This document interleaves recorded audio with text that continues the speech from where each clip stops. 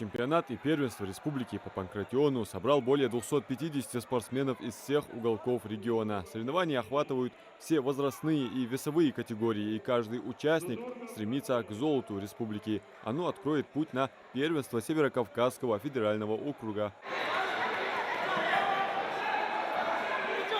На 3 коврах проходят напряженные поединки, в которых участники демонстрируют свои навыки и стойкость. В финале весовой категории до 84 килограммов среди спортсменов 18-19 лет сражается Темирлан Зауров, чемпион России по грэпплингу. Его противник оказывает серьезное сопротивление, но опыт и мастерство Темирлана берут вверх. Переведя оппонента на партер, он болевыми приемами одерживает победу, подтверждая свой статус одного из лучших борцов республики.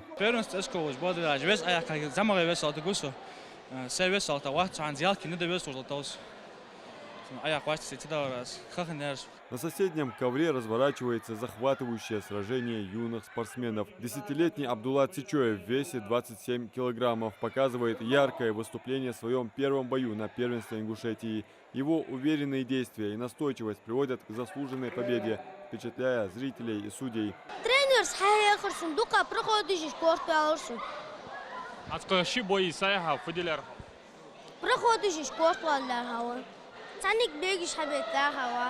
Оценивают соревнования профессиональные судьи всероссийского уровня, которые нацелены отобрать лучших из лучших для представления Ингушетии на первенстве по панкратиону в СКФО. Их задача – выявить талантливых спортсменов, которые смогут достойно представить регион на более высоком уровне.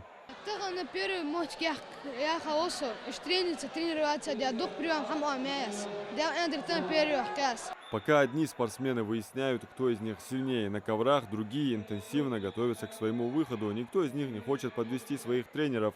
Среди них 12-летний Мурат Евлоев, который всего 4 месяца назад начал заниматься ММА и теперь уже представляет свой клуб на первенстве республики. Показывают высокие результаты на уровне не только Северокавказского федерального округа, но и на уровне чемпионата и первенства России. Постоянно спортсмены из Ингушетии в призерах и чемпионами являются чемпионатов первенства Российской Федерации. А также вот недавно был у нас всероссийский турнир в Майкопе. Они тоже высокие результаты показали. Очень много победителей всероссийских соревнований. Поэтому сегодня мы заинтересованы в том, чтобы отобрать лучших. И уровень панкратиона ежегодно растет в Республике Ингушетия, в чем заслуга большая тренеров и организаторов данного мероприятия. Отобравшихся участников впереди ждут интенсивные тренировки на базе Мужичи, где каждому будут предоставлены индивидуальные занятия. Тренеры планируют работать над улучшением навыков спортсменов, чтобы как можно больше ингушских атлетов смогли проявить себя на первенстве СКФО, а там и на России. В этом году мы на чемпионате первенства СКФО стали общекомандной, заняли 1-е место.